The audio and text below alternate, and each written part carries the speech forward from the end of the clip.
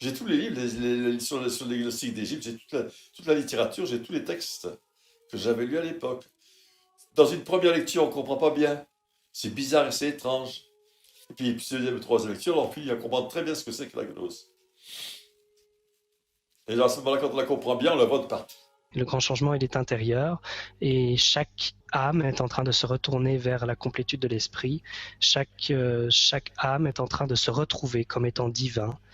Et le sauveur n'est pas extérieur, il n'y a pas quelque chose qui va nous sauver à l'extérieur de soi. Le sauveur, c'est soi. Et c'est ça qui est merveilleux, parce qu'on a besoin de personne et de rien, parce qu'on est déjà la totalité. Simon le magicien, c'est tout de suite après la mort de Jésus-Christ. Et il se dresse devant Saint-Pierre. Et tout de suite, là, c'est quand même extraordinaire. Ça n'est pas naturel, c'est pas spontané, que brusquement apparaît une doctrine nouvelle qui n'existait pas auparavant. Donc il faut bien qu'ici, il y ait une intervention satanique. Autrement, ça ne s'expliquerait pas. Parce que le démon ne sait pas encore, Satan ne sait pas encore si Jésus est fils de Dieu ou pas. Il ne peut savoir que par la résurrection et l'ascension. Et après, lorsqu'il a compris, alors il a dit, il faut que je me mette en place pour détraquer tout le système religieux enseigné par Jésus-Christ. Et la gnose, c'est ça, c'est Lucifer qui veut remettre la main sur l'ensemble du monde et détruire l'enseignement de Jésus-Christ dès le début. Ma vision de la réalité, bien que je sois chamane... Dernièrement, j'ai fait un focusing très puissant avec une amie où je suis retournée sur les bûchers. Et dans ma mémoire, Satan, c'est une femme qui brûle sur un bûcher, rien de moins. Je la tiens de toutes les entités spirituelles qui m'aident à évoluer dans cette vie. Ma vision est que nous sommes tous des êtres divins. Et employer le mot gnose en sachant que la gnose est toujours une connaissance divinisante. Donc cette connaissance divinisante, elle n'existe pas. C'est un mensonge. C'est le mensonge du démon, puis c'est le mensonge du diable. Non serviam. Nous ne servirons pas Dieu. Nous ne servirons pas un homme, fût-il Dieu. Séduits par cette maxime, les esprits se sentaient libres, indépendants, rebelles. Ils prétendirent eux aussi rejeter tout ce qui leur avait été donné, déclarant avec Lucifer qu'ils ne serviraient pas, qu'ils étaient comme Dieu. Votre propre maître, il est dans votre cœur. Donc quand vous vous abandonnez au divin, ce n'est qu'une manière détournée, en définitive, de vous abandonner à vous-même. Donc n'hésitez pas à garder aussi cette posture intérieure que vous ne vous abandonnez pas et vous ne vous soumettez pas à quelque chose qui est extérieur que vous ne connaissez pas. Vous ne faites que lâcher prise pour laisser révéler quelque chose qui dans votre propre cœur rayonne déjà depuis l'éternité de votre être. Ça a été la première tentative grave et dangereuse, jusqu'à ce que Saint Irénée l'ait très bien compris. Alors lui, il a très bien compris. Il a montré comment la gnose est le contraire de l'enseignement du Christ. De dire, de s'afficher, c'est le temps de s'auto-affranchir de notre esclavage millénaire. Alors, il faut choisir entre Platon et Jésus-Christ, il n'y a pas de problème. On ne peut pas être platonicien et chrétien, c'est impossible. Et si vous ne pouvez pas penser au-delà de ce que vous ressentez, et que vous croyez que les pensées ont quelque chose à voir avec votre destinée, alors vous ne ferez que reproduire votre passé. Les hormones de stress poussent les boutons génétiques qui créent la maladie. Et si vous pouvez activer la réponse au stress rien qu'avec vos pensées vous rendront malade. Et si vos pensées peuvent vous rendre malade, il est aussi possible qu'elles puissent vous guérir. Approfondissez sur la loi de l'attraction. Ce qu'on désire profondément, on l'attire, et ce qu'on craint, on l'attire aussi. Tout le monde a le droit de s'en aller vers le haut, tout le monde a le droit de vibrer à une fréquence plus haute. Notre bonheur commence par soi-même. Nikola Tesla avait une vision particulière de Dieu et de la religion. Il était plutôt sceptique envers les dogmes religieux traditionnels, mais croyait en une force universelle qui gouvernait l'univers. Tesla appelait cette force l'esprit de Dieu, ou l'éther, une énergie omniprésente et mystérieuse qui imprégnait tout l'univers. Cette insatisfaction, en fait, vient de l'oubli de qui nous sommes vraiment.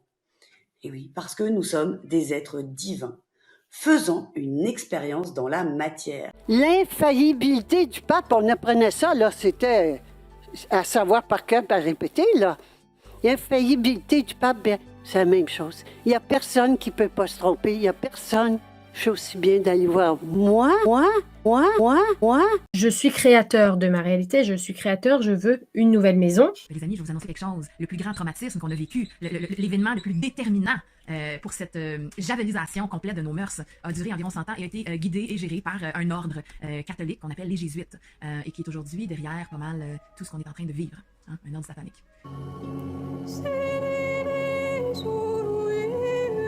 Le monisme, c'est ça. Transformer la multiplicité des êtres en une substance unique qui est à la fois humano-divine. Lorsque l'homme aura compris la nature de son intellect, qu'il pourra à ce moment-là se retrancher de la dualité de la religion ou de la science et voir le phénomène de l'euthanasie comme un phénomène qui relève de la diction, de l'interpénétration, de la relation entre l'intelligence créative en lui et sa propre activité égoïque. Je vais vous parler de cette grande puissance qui vit à l'intérieur de chacun de vous. Aujourd'hui, je vais vous parler de ce qui fait de vous des êtres uniques, individualisés et profondément divins. J'aime mieux me tromper avec mon ego qu'avec l'ego des autres. Et une fois que tu sais que tu es divin, tu es débarrassé des soucis de morale. Puisque tu es divin, tout est bien. Et tu peux faire ce que tu veux. C'est la grande libération. C'est ça, la libération. Tu es divin, donc libre de faire ce que tu veux. Et tout ce que tu fais est bien. Contrairement à certaines religions, la tradition Congo est une tradition qui nous enseigne que nous sommes divins. C'est-à-dire que l'être humain n'est pas une créature. Nous n'avons jamais été créature. Le monde est un univers unifié, de sorte qu'il n'y a plus de distinction de personnes par rapport aux autres. C'est ce qu'on appelle le pléro. Le pléro. Il n'y a qu'une seule réalité, c'est le pléro. Et tout ce qui existe sont des éléments du pléro. C'est le moment de se souvenir de qui on est. Un enseignement global qui soit la contradiction radicale de l'enseignement de Jésus-Christ. En se basant sur certaines croyances spirituelles ou religieuses, il est dit que Dieu est une force ou une énergie qui est présente en toute chose et en tout être vivant. En ce sens, l'identité de chaque individu peut être considérée comme une extension de cette force divine. Cela signifie que nous portons tous une partie de la nature divine en nous, comme une étincelle de cette énergie ou de cette essence. Toujours les bras au ciel. Non, non. Ici. C'est ici. Est-ce que tu réalises que je suis, ces deux mots-là, en fait, c'est ton pouvoir créateur? À moi? À moi? Les gnostiques vont suivre les communautés chrétiennes le long de la soie en Chine, de manière à la pourrir en arrivant là-bas. Parce qu'au départ, avant qu'il y ait le bouddhisme, avant qu'il y ait les manichéens, il y a l'Église. C'est saint Thomas en Chine, déjà installé, avec leurs églises, leurs communautés, tout ça. Même en Asie centrale. On voit apparaître des communautés bouddhistes importantes, et puis à côté, une petite église chrétienne, qui a été, rejetée, mise de côté par les autres. Il y a une imprégnation des bouddhistes à travers toute la route de la soie, mais à côté d'une communauté chrétienne qui avance. Ce sont en général des nestoriens, qui avancent régulièrement le long jusqu'en Chine. Et ils sont juste à côté. Et puis ils les étouffent. Et mon invitation d'aujourd'hui, eh bien, c'est d'oser. D'oser, oser être nous-mêmes, oser être l'être divin que nous sommes. De toute façon, elle suppose un créateur. Et ils veulent rejeter le créateur. Il faut que la création se fasse d'elle-même. Et c'est se relier au Père divin. Au Père avec un grand P, bien sûr. Et le Père divin, on l'appelle aussi d'ailleurs le Père ciel, c'est l'aspect masculin de la source. On connaît aussi bien sûr la Mère divine.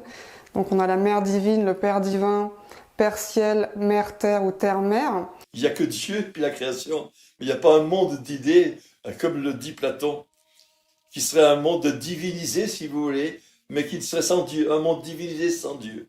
Ça n'existe pas, ça. Imaginez un espace intérieur où vos mots ont le pouvoir de façonner la réalité, où chaque déclaration est comme une graine plantée dans le jardin de votre vie. Cet espace est le « je suis ». Je suis n'est pas seulement un pronom personnel, mais une déclaration d'être, un acte de définition de soi qui transcende la simple signification grammaticale. Inventer un monde des idées qui n'existe pas, c'est substituer le monde des idées à Dieu. C'est donc être un athée. C'est un athéisme fondamental. Le monde des idées est un athéisme fondamental. Il n'y a pas de monde des idées. Mais au fur et à mesure que nous nous connectons à cette réalité, que nous nous en rapprochons et que nous en faisons l'expérience, nous devrions être en mesure de produire un effet plus important sur la nature de la réalité parce que nous sommes davantage connectés au champ d'information qui organise réellement la matière en forme. Il y a des choses, des faits, des réalités. Et puis notre esprit se soumet au réel. Mais n'invente pas un monde d'idées qui n'existe pas. Il se soumet au réel lui-même. Et le réel, c'est pas le monde des idées, c'est le monde des choses. C'est-à-dire que la création, c'est la connexion de chaque point avec tous les autres points. C'est l'omniscience, l'omnipotence et toutes ces capacités qu'on décrit sur Dieu. C'est le fait que chaque point est connecté à tous les autres points et que l'information est présente dans chaque point et que donc chaque atome, en fait, est en relation avec le reste de l'univers et reçoit de l'information du reste de l'univers. Toutes les choses mises ensemble, connectées ensemble. On ne fabrique pas des idées, c'est pas vrai. On reçoit la forme des choses, c'est différent. Je suis Dieu. Toi aussi.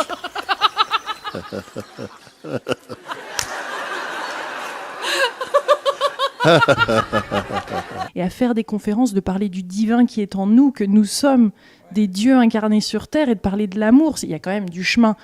Un gros chemin. D'ailleurs, ma conférence, la dernière, là, que j'ai commencé à donner cette année, s'appelle « Je suis Dieu, rien de moins ». Mais je me garde une petite gêne, là, il y a un sous-titre « Vous aussi ». Tu sais. Et j'enseigne la bioénergie, je transmets la bioénergie. La bioénergie correspond en fait les énergies de la source. Et à travers ces énergies de la source, on atteint tous les types de guérison. C'est-à-dire que tout ce que l'être humain peut vivre, de par cette conscience, de par les énergies qui vont avec, on se libère des voiles de l'inconscient. On prend conscience, après il suffit simplement de lâcher prise. La gnose, les idées gnosiques ne sont pas spontanées. Elles sont enseignées. Elles sont enseignées. C'est-à-dire, vous avez des maîtres de gnose qui enseignent la gnose, qui la transmettent de génération en génération. Bon, on le voit à travers de toute l'Antiquité, même au Moyen-Âge, où la scolastique dominait partout parce que l'Église avait enseigné la scolastique, mais il y avait des sectes gnostiques à cette époque-là. Les cathares, les albigeois, les bouddhistes de l'époque, c'est bien des gnostiques, c'est la même gnose, tout ça. On les voit tous les siècles, il suffit de faire un peu d'histoire, on les voit apparaître de partout, plus ou moins cachés. Le temps est une donnée de votre mental. Il s'agit bien d'une acceptation. Vous allez accepter d'enregistrer comme une mémoire ce que vous avez appelé le passé ou le futur. Alors après les cathares, les Rose-Croix et compagnie, quoi. Et puis les francs-maçons d'aujourd'hui. Ce sont les héritiers des premiers manichéens. Ce sont les héritiers des premiers manichéens. C'est une succession bien régulière. L'enseignement se transmet comme ça de génération en génération à travers tous ces gens-là. Et c'est toujours le même enseignement. Je suis amour. Qu'est-ce qui m'empêche d'être qui je suis? C'est toute la carapace de mensonges. Mon âme, en fait, a choisi de passer par là, évidemment, pour me permettre de me reconnecter, en fait, à ma divinité, à ma source. En fait. Connaissance divinisante de soi. Par cette connaissance, j'apprends que je suis divin. Et cette connaissance me donne la divinité, la nature divine dans mon être. Voilà. C'est le sens du mot connaissance, c'est ça. C'est le sens de gnose chez les gnostiques. Que je suis l'autorité suprême. Si je connais Dieu, c'est parce que je suis Dieu. En connaissant Dieu, je me divinise. C'est le principe de la gnose, c'est ça. L'autorité suprême, c'est mon âme, c'est mon être. Qui je suis, c'est mon être. J'obéis à ça. C'est une connaissance divinisante de soi. J'apprends par là que je suis divin. Tout ce qui était pas correct, non, c'est correct. C'était pas possible, oui, c'est possible. C'est une mentalité. Changer vraiment complètement de mentalité. Hein. Puisqu'on est divin, pour l'être divin, il n'y a pas de bien et de mal. Et qu'une autorité, il n'y a rien qu'une autorité suprême, le mot est important. Il n'y en a pas au-dessus. Ah, si tu pouvais fermer ta gueule, ça nous ferait les vacances. Il est maître de ce qu'il fait, et tout ce qu'il fait est forcément bien puisqu'il est divin.